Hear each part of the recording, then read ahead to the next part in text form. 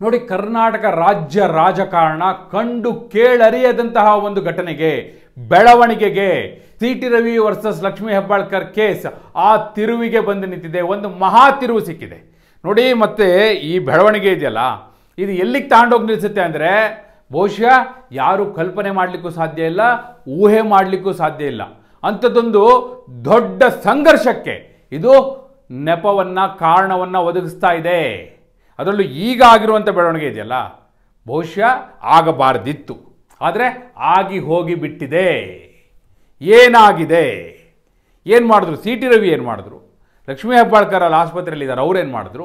ಈ ಕಡೆ ಬಸವರಾಜ ಹೊರಟ್ಟಿಯವರು ಸಭಾಪತಿಗಳು ಭಾಳ ಖಡಕ್ ನಿಲುವನ್ನು ತೆಗೆದುಕೊಂಡಿದ್ರು ಈ ಪ್ರಕರಣದಲ್ಲಿ, ಅವ್ರೇನು ಮಾಡ್ತಾ ಇದ್ದಾರೆ. ಈ ಕಡೆ CID ಅಧಿಕಾರಿಗಳು ಅವ್ರು ಯಾವ ಹೆಜ್ಜೆಯನ್ನು ಇಟ್ಟಿದ್ದಾರೆ, ಏನಾಗ್ತಾ ಇದೆ, ಯಾವುದು ಆ ಮಹಾ ತಿರುವು.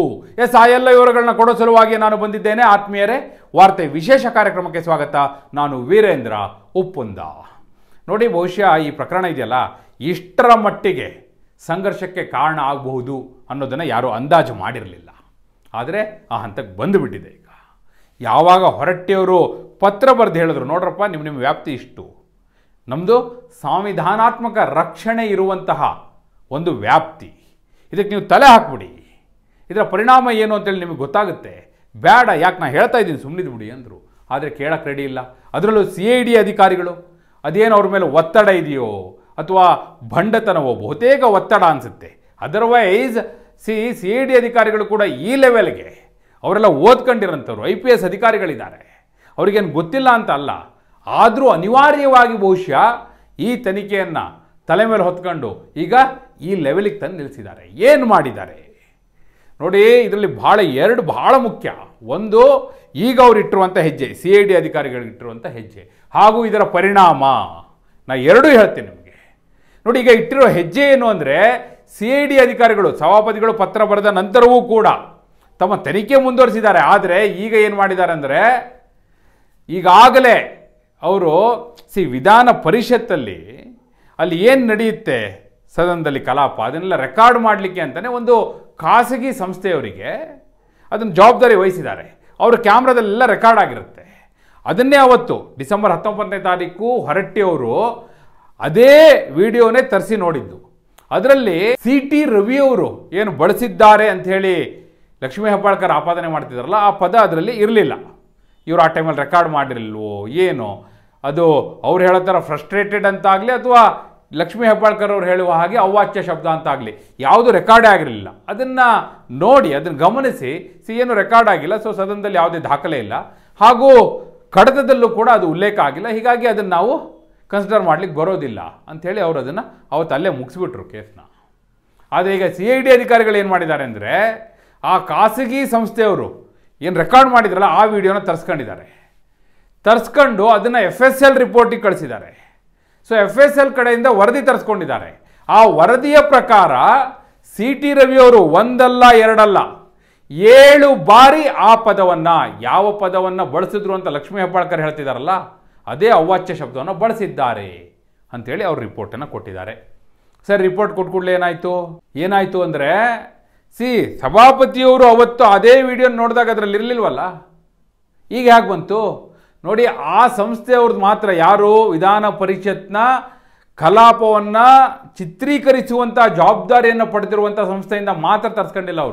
ಅವರು ಖಾಸಗಿ ವಾಹಿನಿಗಳಿಂದಲೂ ಕೂಡ ಹಾಗೂ ಸರ್ಕಾರದ ವಾಹಿನಿಯಿಂದಲೂ ಕೂಡ, ವಿಧಾನ ಪರಿಷತ್ತಷ್ಟೇ ಅಲ್ಲ, ರಾಜ್ಯ ಸರ್ಕಾರದ ವಾಹಿನಿ ಇರ್ತಲ್ಲ ಅದರಿಂದಲೂ ಕೂಡ ವಿಡಿಯೋ ತರಿಸ್ಕೊಂಡಿದ್ದಾರೆ. ಅಷ್ಟೂ ವಿಡಿಯೋಗಳ ಪೈಕಿ ಯಾವುದೋ ಒಂದು ಸಂಸ್ಥೆಯು ಚಿತ್ರೀಕರಿಸಿದಂಥ ದೃಶ್ಯದಲ್ಲಿ ಆ ಪದ ಇದೆ. ಅದನ್ನೇ FSL ರಿಪೋರ್ಟಿಗೆ ಕಳಿಸಿದ್ರು. ಆ FSL ರಿಪೋರ್ಟ್ ಈಗ ಈ ರೀತಿ ಬಂದಿದೆ. ಇಲ್ಲಿಗೆ ಏನಾಯಿತು, ನಾನು ಹೇಳಿದೆ ಮುಂದೆ ಪರಿಣಾಮ ಬಹಳ ಇಂಪಾರ್ಟೆಂಟ್ ಅಂತ ನಾನು ಹೇಳಿದೆ. ಏನಾಗುತ್ತೆ ಇದರಿಂದ, ಇಲ್ಲಿ ಕತೆ ಮುಗಿಯೋದಿಲ್ಲ. ಅಲ್ಲಿದೆ ಅಂದ ಕೂಡಲೇ ಆ ಪದವನ್ನು ಸಿ.ಟಿ. ರವಿಯವರೇ ಆಡಿದ್ದಾರೆ ಅನ್ನೋದಕ್ಕೆ ಸಾಕ್ಷಿ ಏನು ಅಂತ ಕೇಳುತ್ತೆ ನ್ಯಾಯಾಲಯ.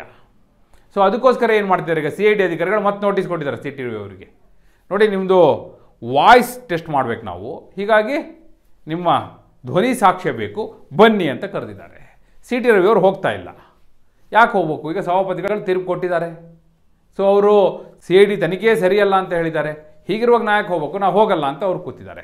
ಸೊ CID ಅಧಿಕಾರಿಗಳು ಏನು ಮಾಡಿದ್ದಾರೆ, ಜನಪ್ರತಿನಿಧಿಗಳ ನ್ಯಾಯಾಲಯಕ್ಕೆ ಹೋಗಿದ್ದಾರೆ.